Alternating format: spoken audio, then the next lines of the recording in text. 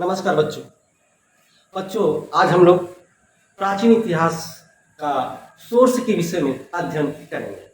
बच्चों, इसके पहले वीडियो में हमने अध्ययन किया था कि इतिहास किसे कहते हैं और हमने प्राचीन इतिहास को देखा था। इतिहासकारों ने 3 भागों में बांटा था: प्रागैतिहासिक काल, आदि ऐतिहासिक काल और ऐतिहासिक काल।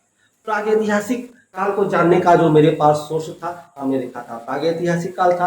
आदि ऐतिहासिक काल को जानने का सोर्स जो मेरे पास था वह प्रागैतिहासिक काल तथा साहित्यिक सोर्स था, तथा ऐतिहासिक काल को जानने का जो मेरे पास सोर्स था वह जो है आपका प्रागैतिहासिक काल, ठीक है, साहित्यिक तथा आपका विदेशी यात्री। इन सोर्सों के आधार पर हम इनके विषय में जानकारी प्राप्त करते हैं, ठीक है। इनके विषय में हमने अध्ययन किया था। यदि बच्चों आपने उस वीडियो को नहीं देखा है तो इस वीडियो के, ठीक है, आई बटन पर हम इसका लिंक दे देंगे तथा इसके डिस्क्रिप्शन में भी उसका लिंक हम देंगे। चलिए बच्चों, आज का अध्ययन हम प्रारंभ करते हैं। बच्चों, आज हम अध्ययन करेंगे कि प्राचीन इतिहास का सोर्स क्या है। जैसा कि हमने जो है अभी जो है जाना कि पुरातात्विक सोर्स, साहित्यिक सोर्स और विदेशी यात्री, लेकिन जो प्रागैतिहासिक काल है बच्चों, उसके विषय में हमें जानकारी मात्र एक ही सोर्स से पता चलता है, वह है पुरातात्विक सोर्स। अब यह पुरातात्विक सोर्स में, ठीक है, क्या क्या जो है आता है तो हमको पता है। इसमें अभिलेख है, सिक्के हैं, स्मारक और भवन है, मूर्तिकला है, चित्रकला है। इनके द्वारा हम प्रागैतिहासिक काल के विषय में जानकारी प्राप्त करते हैं। तो चलिए हम इसमें से आज अध्ययन करेंगे यह अभिलेख। अभिलेख से हमें कैसे जो है जानकारी प्राप्त होती है। बच्चों को अभिलेखों द्वारा हम उस काल के साम्राज्य विस्तार का जो है जानकारी प्राप्त करते हैं कि उनका साम्राज्य कहाँ तक फैला है। अभिलेखों से ही हमें वह जानकारी प्राप्त होती है और उनकी साम्राज्य की जो आपका जो राजस्व व्यवस्था है, ठीक है, उनकी सैनिक व्यवस्था है, उनकी जो युद्ध है, वह सभी हम इन अभिलेखों से ही उनके विषय में जानकारी प्राप्त करते हैं। कैसे करते हैं, किस तरह से हमें जानकारी जो है प्राप्त होती है, आगे हम विस्तार से इसके विषय में अध्ययन करेंगे। तो चलिए बच्चों देखते हैं कि यह अभिलेख क्या है।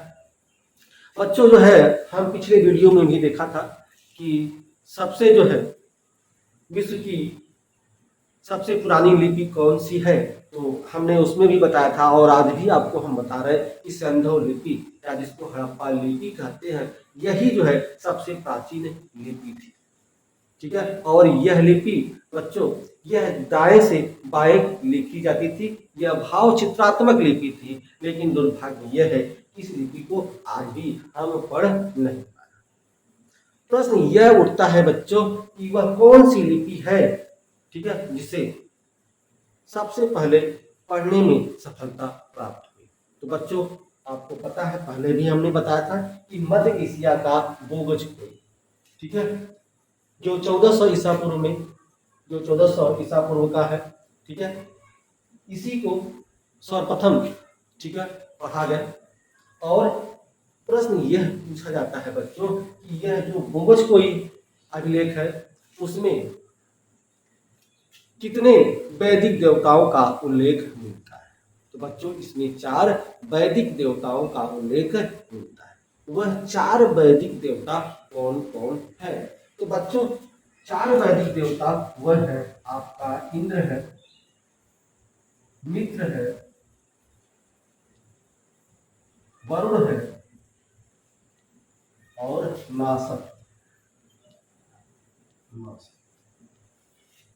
इन देवताओं का उल्लेख हमें किसमें मिलता है, बोगज कोई अभिलेख में मिलता है। और यह जो देवता है इंद्र, मित्र, वरुण और नासत्य, यह वैदिक देवता है। तो इन वैदिक देवताओं का उल्लेख इस मध्य एशिया के बोगज कोई अभिलेख में हमें मिलता है, जानकारी प्राप्त होती है। और यह जो आपका बोगज कोई है वह 1400 ईसा पूर्व की है।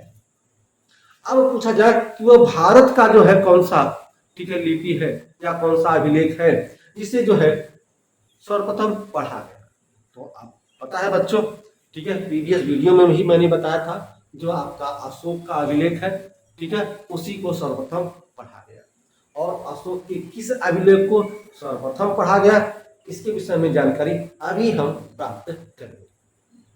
तो पहले हम लोग देखते हैं कि जो बच्चों अशोक का अभिलेख है ना, वह 40 अभिलेख हमें प्राप्त हुआ है। अशोक के 40 अभिलेख प्राप्त हुए हैं।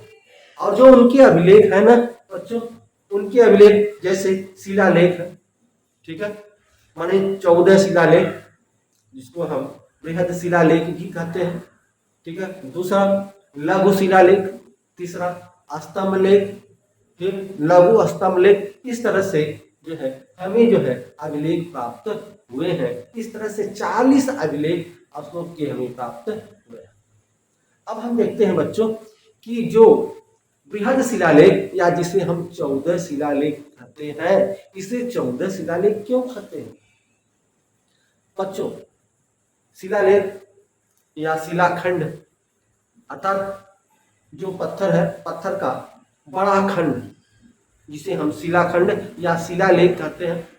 अशोक ने इन शिलालेखों पर 14 बातें लिखी, माने एक ही पत्थर पर, एक ही शिलालेख पर उन्होंने 14 बातें लिखी हैं। इसीलिए इनके इस अभिलेख को 14 शिलालेख या बृहद शिलालेख कहा जाता है। अब वह 14 बातें क्या है बच्चों? तो वह जो 14 बातें हैं जो अशोक ने लिखा है, ठीक है, जब हम मौर्य साम्राज्य के विषय में अध्ययन करेंगे तब उन 14 बातों के विषय में विस्तार से अध्ययन करेंगे कि एक एक शिलालेख में क्या क्या बातें कही गई। और ये जो 14 शिलालेख हैं बच्चों, अगर आपसे पूछा जाए कि इस 14 शिलालेख में कौन सा शिलालेख, ठीक है, सबसे प्राचीन है, तो बच्चों ध्यान रखिएगा, इन 14 जो है अभिलेखों में सबसे जो प्राचीन अभिलेख है बच्चों, उसको हम बोलते हैं गिरनार अभिलेख। गिरनार अभिलेख, गिरनार अभिलेख, ध्यान रखिएगा बच्चों। यह जो गिरनार अभिलेख है, जो आपके 14 शिलालेख प्राप्त हुए हैं अशोक के, उसमें से जो गिरनार अभिलेख है वह सबसे प्राचीन अभिलेख है, ध्यान रखिए। दूसरा प्रश्न इससे पूछा जा सकता है कि जो 14 शिलालेख है उसमें से कौन सा शिलालेख सबसे बड़ा शिलालेख है? तो सबसे बड़ा शिलालेख बच्चों है वह 13वां शिलालेख। जो 13वां आपका शिलालेख है, 13वां शिलालेख, ये सबसे बड़ा शिलालेख, ठीक है। तो हमने दो चीजें देखा कि जो 14 शिलालेख, पहले तो मैंने देखा कि यह 14 शिलालेख क्यों कहते हैं, ठीक है। दूसरी चीज मैंने देखा कि कौन सा जो है 14 शिलालेख में सबसे पुराना अभिलेख है। तो सबसे पहले पुराना हमें जो है गिरनार अभिलेख के विषय में जानकारी प्राप्त होता है। और सबसे बड़ा शिलालेख कौन सा है? तो सबसे बड़ा शिलालेख 13वां शिलालेख है। और इस 13वें शिलालेख में, ठीक है, अशोक के, ठीक है, सैनिक व्यवस्था के विषय में जानकारी प्राप्त होती है, युद्धों के विषय में जानकारी प्राप्त होती है। इसी से पता चलता है कि अशोक अपने राज्याभिषेक के 8वें वर्ष बाद कलिंग पर चढ़ाई की थी, ठीक है। और उस युद्ध में आपने देखा था या देखा होगा, सुना होगा कि 1.5 लाख लोगों को जो है बंदी बनाया गया था और 1 लाख लोग मारे गए थे, ठीक है। और यह 13वें जो है शिलालेख में इसकी जानकारी प्राप्त होती है। तो देखिए बच्चों, किस तरह से शिलालेखों में उसके विषय में जानकारी प्राप्त हो रही है, ठीक है। अशोक के सैनिक व्यवस्था, उनके युद्धों के विषय में किस तरह से जानकारी प्राप्त हो रही है। तो इस तरह से जब हम मौर्य साम्राज्य पढ़ेंगे, उनके जो है एक एक शिलालेखों को, एक एक शिलालेख में कहाँ से ये शिलालेख मिले हैं और उन शिलालेखों में किस तरह की बातें कही गई हैं, उसके विषय में विस्तार से अध्ययन। तो अभी तक मैंने दो चीजें स्पष्ट किया, ठीक है, कि गिरनार अभिलेख सबसे प्राचीन जो है आपका जो है बृहद शिलालेख है, और 13वां शिलालेख जो है सबसे बड़ा शिलालेख। और एक जो है 2 शिलालेख ऐसे मिलते हैं बच्चों, जिसे आपको धौला और जौगढ़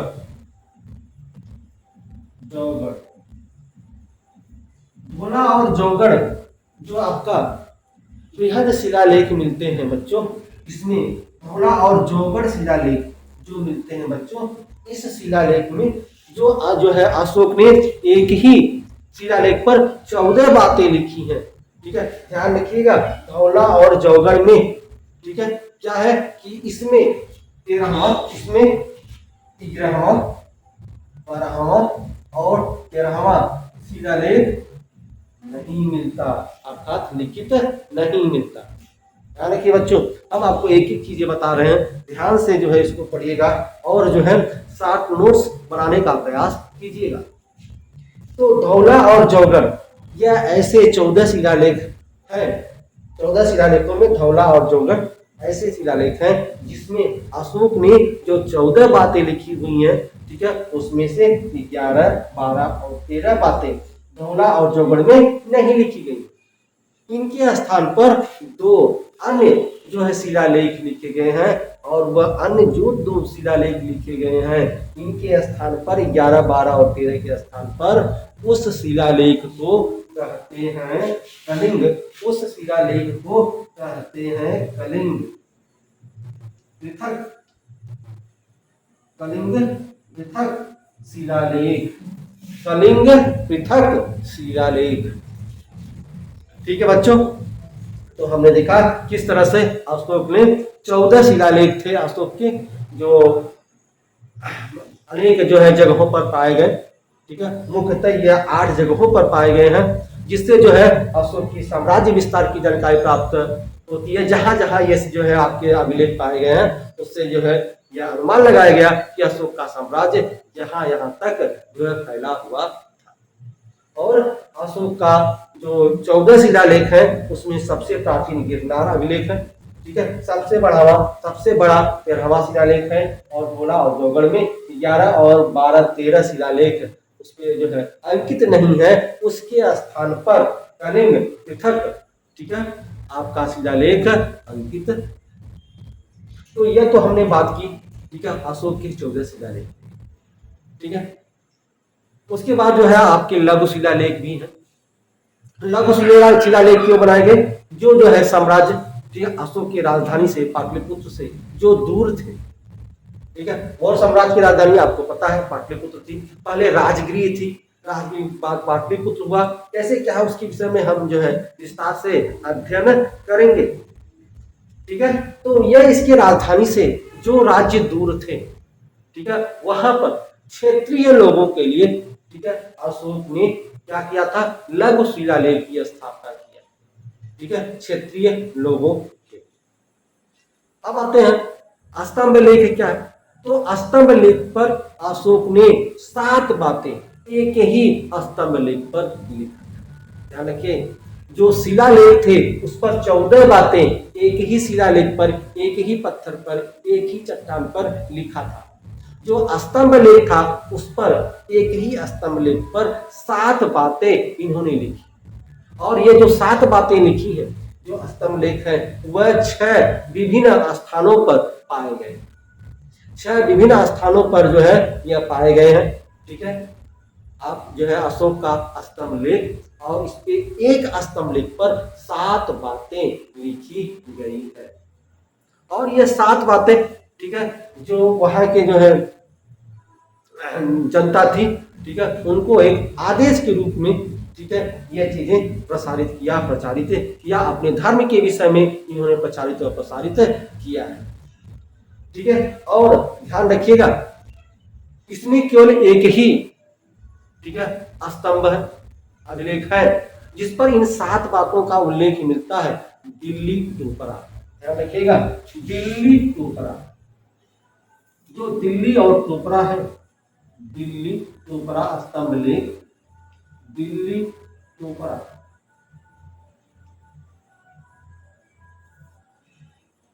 दिल्ली टोपरा जो स्तंभ लेख है, ठीक है, आगे इसके विषय में अभी और हम पढ़ेंगे, दिल्ली और टोपरा स्तंभ लेख। ठीक है, यही जो है स्तंभ लेख है, ठीक है, जिस पर 7 बातें हमें उल्लेखित मिलती है। अन्य जो आपके जो है स्तंभ लेख है, उस पर केवल 6 बातें हमको मिलती हैं। लेकिन यही एक ऐसा स्तंभ लेख है जिसको हम दिल्ली टोपरा अभिलेख कहते हैं। इसी अभिलेख में अशोक के इन 7 बातों का उल्लेख हमें मिलता है। ठीक है बच्चों, चलिए अब यदि आपसे ये आपने देख लिया दिल्ली टोपरा अभिलेख, तो थोड़ा सा हम अशोक के अन्य अभिलेख के विषय में हम जानकारी प्राप्त करें कि अशोक का अगर हम भाषा की बात करें तो सम जो है गुप्त वंश की पूर्व, अगर हम बात करें गुप्त वंश की पूर्व जो इनके अभिलेख थे वह प्राकृत भाषा में लिखे गए, लेकिन गुप्त वर्ष या गुप्त वर्ष के बाद गुप्तोत्तर काल में जो इनके अभिलेख हैं वह संस्कृत भाषा में लिखे गए हैं। ध्यान रखिएगा बच्चों, मैंने क्या कहा, ठीक है, गुप्त काल के पूर्व जो भी अभिलेख इनके मिले हैं वह प्राकृत भाषा में लगभग मिले हैं, ठीक है, और गुप्त या गुप्तोत्तर काल में जो इनके अभिलेख मिले हैं वह संस्कृत भाषा में मिले हैं। संस्कृत भाषा में जो अभिलेख मिले हैं, सबसे बड़ा अभिलेख संस्कृत भाषा में जो मिले हैं, जो पहला संस्कृत भाषा में अभिलेख मिला है, जो हमें पहले यह जानकारी था, ठीक है, जो हमें पहले जानकारी था वह था रुद्रदामन का गिरनार अभिलेख, रुद्रदामन का गिरनार अभिलेख, रुद्रदामन का गिरनार अभिलेख। रुद्रदामन एक संघ शासक था, ठीक है, यह जो अभिलेख मिला है, ठीक है, पहले हमें यह जानकारी थी कि यह पहला ऐसा जो है अभिलेख है जो संस्कृत अभिलेख है और सबसे बड़ा संस्कृत का सबसे बड़ा अभिलेख रुद्रदामन का गिरनार अभिलेख है। लेकिन अब, ठीक है, यह स्पष्ट हो गया है कि संस्कृत का पहला अभिलेख रुद्रदामन का गिरनार अभिलेख नहीं बल्कि अयोध्या धर्म है। बल्कि क्या है बच्चों, अयोध्या धर्म, यह अभिलेख, ठीक है, अयोध्या धर्म संस्कृत का पहला अभिलेख है, अर्थात संस्कृत में जो अभिलेख लिखा गया है वह पहला अभिलेख अयोध्या धर्म है, न कि रुद्रदामन का गिरनार अभिलेख। पहले यह हमें पता था, ठीक है, पहले यह हमें जानकारी था कि रुद्रदामन का जो गिरनार अभिलेख है जो संस्कृत भाषा में लिखा गया है, यह पहला ऐसा अभिलेख है जो संस्कृत भाषा में लिखा गया है और संस्कृत का सबसे बड़ा अभिलेख है। लेकिन अब यह स्पष्ट हो चुका है कि संस्कृत में लिखा गया पहला जो अभिलेख है वह रुद्रदामन का गिरनार अभिलेख नहीं बल्कि अयोध्या धर्म अभिलेख है, जो संस्कृत में पहली बार जो है यह लिखा गया, इसका जानकारी हमें प्राप्त होता है। ठीक बच्चों, तो इस तरह से जो है आपका अभिलेख मिलता है। ठीक है, तो हमने देख लिया इनके भाषा के विषय में कि जो है गुप्त काल जो था, ठीक है, गुप्त काल के पूर्व हमें प्राकृत भाषा में, गुप्त या गुप्तोत्तर काल में हमें प्राकृत भाषा का जो है इनके अभिलेख की जानकारी प्राप्त। अशोक के जो अभिलेख हैं बच्चों, इनकी जो लिपि है 4 प्रकार की लिपि मिलती है। ब्राह्मी लिपि, ठीक है, खरोष्टी लिपि, ग्रीक लिपि तथा आर्मेयिक लिपि की जानकारी प्राप्त। समांतर जो लगभग जो पाया गया है वह ब्राह्मी लिपि ही पाया गया है। लेकिन यदि हम पश्चिमोत्तर भारत की बात करें तो पश्चिमोत्तर भारत में, ठीक है, अधिकांश जो लिपि पाई गई है वह खरोष्टी लिपि पाई गई है। और यह खरोष्टी लिपि बच्चों ना फारसी भाषा की तरह या बाएं से दाएं लिखी जाती है। और यदि हम बात करें, ठीक है, अगर हम बात करें तो सेरेकुना, ठीक है, ध्यान रखिए बच्चों, सेरेकुना, ठीक है, और लंघमा यह 2 स्थल है, ध्यान रखिएगा, सेरेकुना, ठीक है, तथा लंघमा, जो कहाँ स्थित है, जो अफगानिस्तान, दक्षिणी अफगानिस्तान, ध्यान रखिएगा, दक्षिणी अफगानिस्तान, ठीक है। सेरेकुना और लंघमान ये कहाँ है, यह दो स्थल है, और यह दोनों स्थल कहाँ है, दोनों स्थान है, यह जो है दक्षिणी अफगानिस्तान में स्थित है। यहाँ पर जो अशोक के अभिलेख मिले हैं वह यूनानी, जिसको हम ग्रीक कहते हैं, यूनानी या ग्रीक लिपि तथा आरमेइक लिपि दोनों में जो है सेरेकुना तथा लंघमान का अभिलेख जो है हमें प्राप्त हुआ है। इस तरह से हमने देखा कि अशोक के जो अभिलेख प्राप्त हुए हैं वह ब्राह्मी लिपि में सामान्यतः साधारणतः यही पाया गया है। ठीक है। अब जो है आपका देखें पश्चिमोत्तर भारत में तो वहां देखेंगे खरोष्ठी लिपि पाया गया। ठीक है। अब आपने देखा सेरेकुना और लंघमान दो ऐसे स्थान है जहां पर, यह दोनों स्थान कहाँ स्थित है बच्चों, ध्यान रखिएगा, यह दोनों जो है स्थान जो है अफगानिस्तान, दक्षिणी अफगानिस्तान, और इन दोनों स्थानों पर ग्रीक, ठीक है, या आरमेइक लिपि जो है हमें यहाँ पे प्राप्त होता है। इस तरह से हमने देखा कि अशोक के जो अभिलेख हैं वह ब्राह्मी लिपि में भी मिला, खरोष्ठी में भी मिला, ठीक है, ग्रीक और आरमेइक लिपि में जो है इनके अभिलेख हमें प्राप्त होते हैं। इस तरह से जो है हमें अभिलेखों के विषय में प्राप्त हुआ। तो चलिए अब देखते हैं कि जो अशोक के अभिलेख प्राप्त हुए हैं, ठीक है, सबसे पुराना, ठीक है, अभिलेख हमें कौन सा मिला है। तो सबसे पुराना जो है अभिलेख जो बच्चों हमें मिला है, ठीक है, वह दिल्ली मेरठ स्तंभ लेख। ध्यान रखिएगा बच्चों, दिल्ली मेरठ स्तंभ लेख, दिल्ली टोपरा नहीं, ध्यान रखिएगा, दिल्ली मेरठ स्तंभ लेख। दिल्ली मेरठ स्तंभ लेख कहाँ है बच्चों, आपको पता ही है, उत्तर प्रदेश में मेरठ में है ये, ठीक है। और इसी को, ठीक है, सर्वप्रथम, ठीक है, इन जो है जो भी अभिलेख है सर्वप्रथम जो है यही दिल्ली जो है मेरठ स्तंभ लेख के विषय में हमें सर्वप्रथम जानकारी प्राप्त होती है। जो अशोक का अभिलेख है, अशोक के अभिलेखों में सर्वप्रथम, ठीक है, दिल्ली मेरठ स्तंभ लेख के विषय में ही जानकारी प्राप्त होती है। ठीक है। अब इनके विषय में कब जानकारी प्राप्त होती है बच्चों, तो इनके विषय में जानकारी 1750 ईस्वी में, 1750 ईस्वी में सर्वप्रथम, ठीक है, दिल्ली, ध्यान रखिएगा, दिल्ली मेरठ, दिल्ली मेरठ, जो दिल्ली मेरठ जो है, मेरठ जो दिल्ली मेरठ जो आपका स्तंभ लेख है, ठीक है, स्तंभ लेख, उसी के विषय में सर्वप्रथम हमको जानकारी प्राप्त होती है। कब होता है, 1750 ईस्वी में, ठीक है, इनके विषय में हमें जानकारी प्राप्त।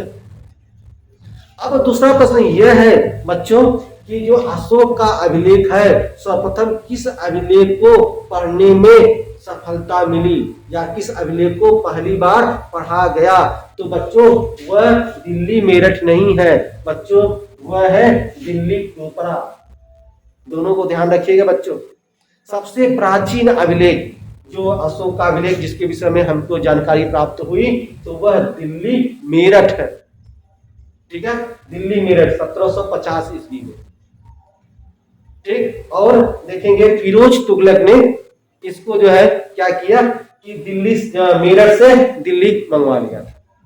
और दिल्ली टोपरा स्तंभ लेख, ठीक है, इसकी जानकारी जो है यह हुआ था 1785 में, इनकी जानकारी 1785 में हुआ था। और इसी अभिलेख को सर्वप्रथम पढ़ने में सफलता मिली, अर्थात इसी स्तंभ लेख को 1837 ईस्वी में, ठीक है, जेम्स प्रिंसेप,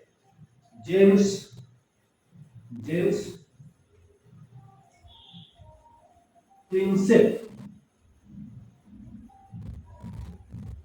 प्रिंसेप ने सर्वप्रथम 1837 में इसी अभिलेख को पढ़ा था।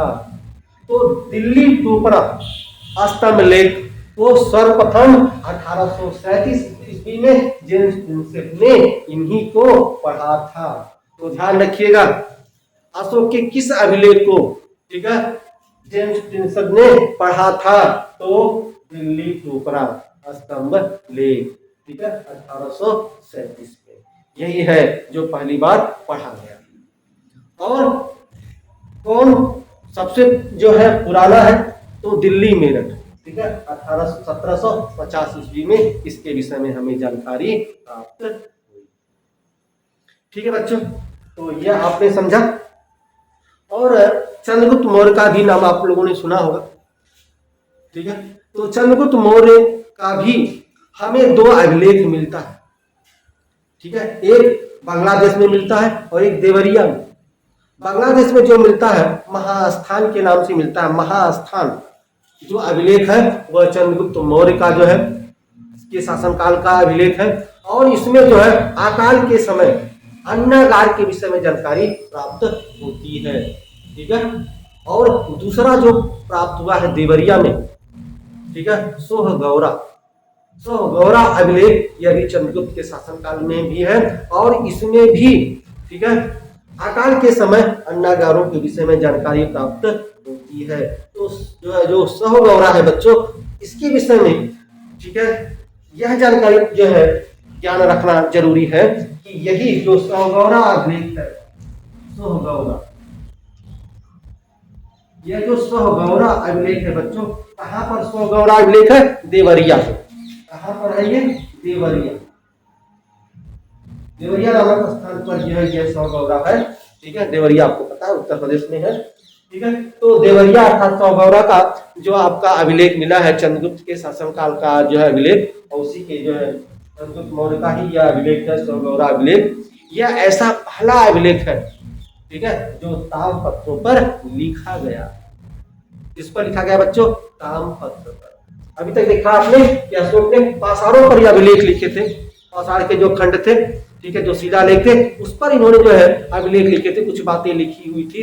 लेकिन चंद्रगुप्त मौर्य के समय में जो है सोहगौरा जो देवरिया में है, यह ऐसा पहला अभिलेख है जो ताम्र अभिलेख है, अर्थात ताम्रपत्रों पर जो है यह बातें लिखी गई हैं सोहगौरा या देवरिया में। यह बीच ध्यान रखिएगा कि ताम्रपत्रों पर लिखा गया जो है पहला जो है अभिलेख कौन सा है? तो वह है सोहगौरा देवरिया। किसके शासन काल में लिखा गया? चंद्रगुप्त मौर्य के शासन काल में, अर्थात ये चंद्रगुप्त मौर्य का अभिलेख है सोहगौरा, ठीक है। एक और अभिलेख की हमने बताया महास्थान जो अभिलेख, वह कहाँ है? वह बांग्लादेश में है, गोगरिया जिले में है, और इन दोनों पर अकाल के समय अन्नागार के विषय में जानकारी प्राप्त होती है।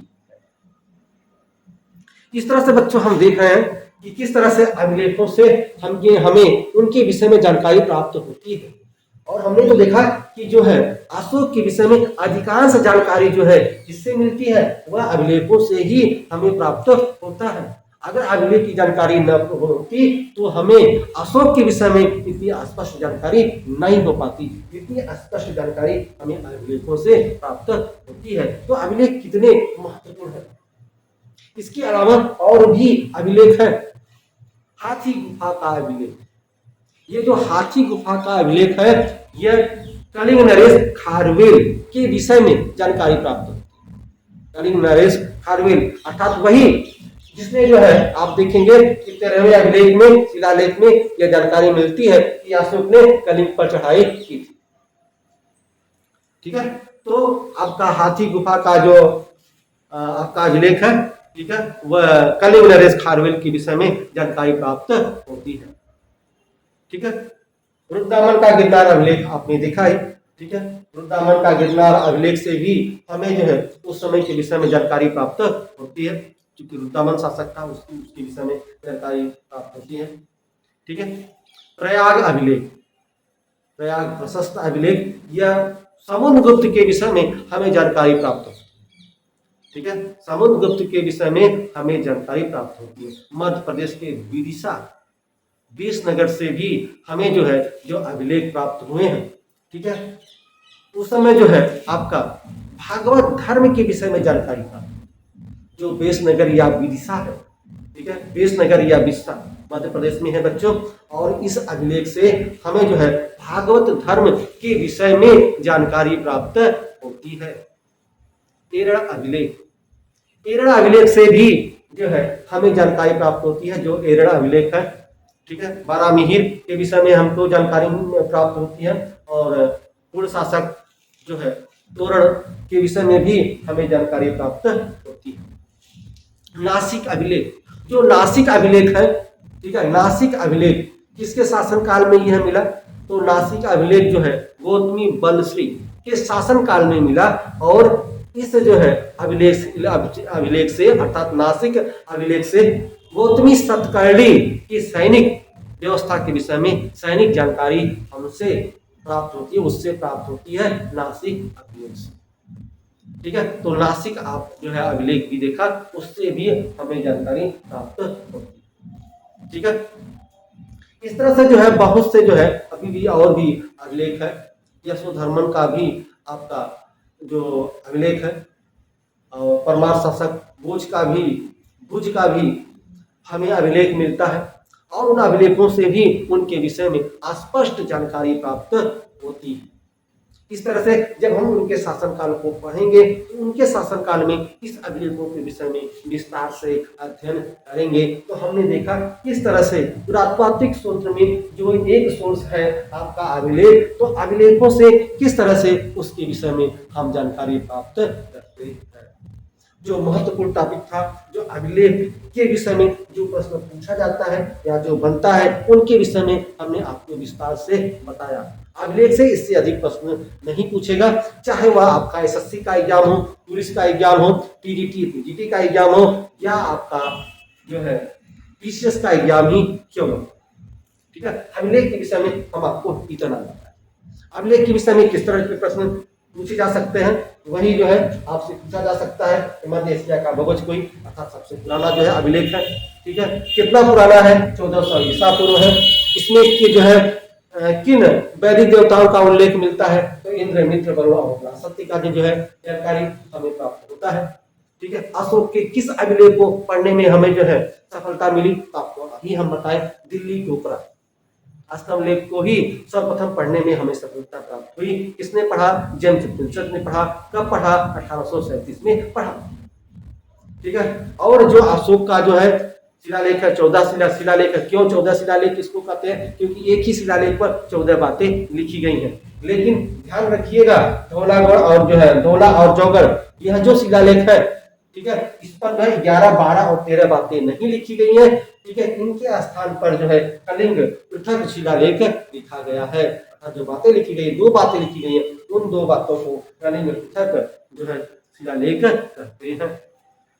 और आपने यह भी हमने बताया कि जो 14 शिलालेख है उसमें सबसे पुराना अभिलेख कौन है? हमने देखा गिरनार अभिलेख। कौन सा सबसे बड़ा शिलालेख है 14 शिलालेखों में? तो हमने बताया गिरनार शिलालेख। ठीक है, आगे हम विस्तार से पढ़ेंगे जो है इन सब शिलालेखों के विषय में। अष्टम लेख के विषय में बताया कि जो सबसे पुराना जो है आपका कौन सा है? तो आपने देखा दिल्ली और मेरठ। इसी को सर्वप्रथम जो है जानकारी प्राप्त हुई कब? 1750 ईस्वी में। इसको पढ़ा गया सबसे पहले दिल्ली टोपरा। और फिरोज शाह तुगलक ने, ठीक है, मेरठ और जो दिल्ली मेरठ और दिल्ली टोपरा, मेरठ से और टोपरा से इन शिलालेखों को दिल्ली मंगवा लिया था फिरोज शाह तुगलक 1336 ईसा पूर्व में। ठीक है, फिरोज तुगलक ने, ठीक है, मेरठ से और जो है टोपरा से इनको लाके दिल्ली में स्थापित किया था फिरोज शाह तुगलक। यह भी प्रश्न बन सकता है। रुद्रदामन का गिरनार, पहले हमें यह जानकारी थी कि जो रुद्रदामन का जो है गिरनार अभिलेख है संस्कृत में लिखा गया, यह पहला अभिलेख है और सबसे बड़ा अभिलेख है। लेकिन अब स्पष्ट हो गया है बच्चों, ठीक है, कि संस्कृत में लिखा गया पहला जो है अभिलेख जो है वह है अयोध्याधाम। अगर उत्तर आता है, अगर यह प्रश्न आता है और यह विकल्प दोनों है रुद्रदामन का गिरनार और अयोध्या का धाम, तो आप उत्तर मांगेंगे अयोध्या का धाम, न कि रुद्रदामन का गिरनार। रुद्रदामन का गिरनार पहले था जब हमें इसकी जानकारी नहीं थी जो है अयोध्या धाम का। अब यह स्पष्ट हो चुका है कि अयोध्या धाम ही जो है पहला ऐसा अभिलेख है जो संस्कृत भाषा में लिखा गया है। ठीक है बच्चों, अब आपको पता है शेरकुला और लंगमान यह 2 ऐसे स्थान है। पूछ सकता है यह दोनों स्थान कहाँ पर स्थित हैं? यह दोनों स्थान अफगानिस्तान, दक्षिणी अफगानिस्तान। और इन दोनों से जो हमें लिपि मिली है, कैसी मिली है? ग्रीक या इसी को यूनानी बोलते हैं, और दूसरा आर्मेयिक लिपि का ज्ञान। पश्चिमी जो है आपका जो भारत है उससे किस लिपि का ज्ञान होता है? तो खरोष्ठी लिपि जो है उनको मिला है। अन्यथा देखेंगे सामान्यतः हमें ब्राह्मी लिपि का ज्ञान प्राप्त होता है। यह भी देखा हमने जो है गुप्त काल के पहले जो हमें लिपि मिली है, जो उसमें जो भाषा का प्रयोग किया गया है वह प्राकृत भाषा का प्रयोग किया गया है। ठीक है, गुप्त काल और गुप्तोत्तर काल में किस भाषा का प्रयोग किया गया है? संस्कृत भाषा का प्रयोग किया गया है। तो इस तरह से हमने जो है अभिलेखों के विषय में देखा किस तरह से ज्ञान प्राप्त होता है। और चंद्रगुप्त मौर्य के समय का जो है आपका जो अभिलेख प्राप्त होता है समगौरा जो देवरिया में प्राप्त है, यह पहला ताम्रपत्र पर लिखा गया अभिलेख। इस तरह से बच्चों हमने अभिलेखों के विषय में जानकारी प्राप्त की। चलिए बच्चों अगले वीडियो में हम जो है सिक्के, स्मारक, इनके विषय में जानकारी प्राप्त करेंगे। यदि बच्चों आपको समझ में आ रहा है और आपको लग रहा है कि जो हम आपको अध्ययन करा रहे हैं, ठीक है, वह आपको जो है सफल बना सकता है, तो मेरे चैनल को सब्सक्राइब जरूर कीजिएगा और अपने दोस्तों में भी शेयर कीजिएगा। चलिए बच्चों मिलते हैं अगले वीडियो में, तब तक के लिए।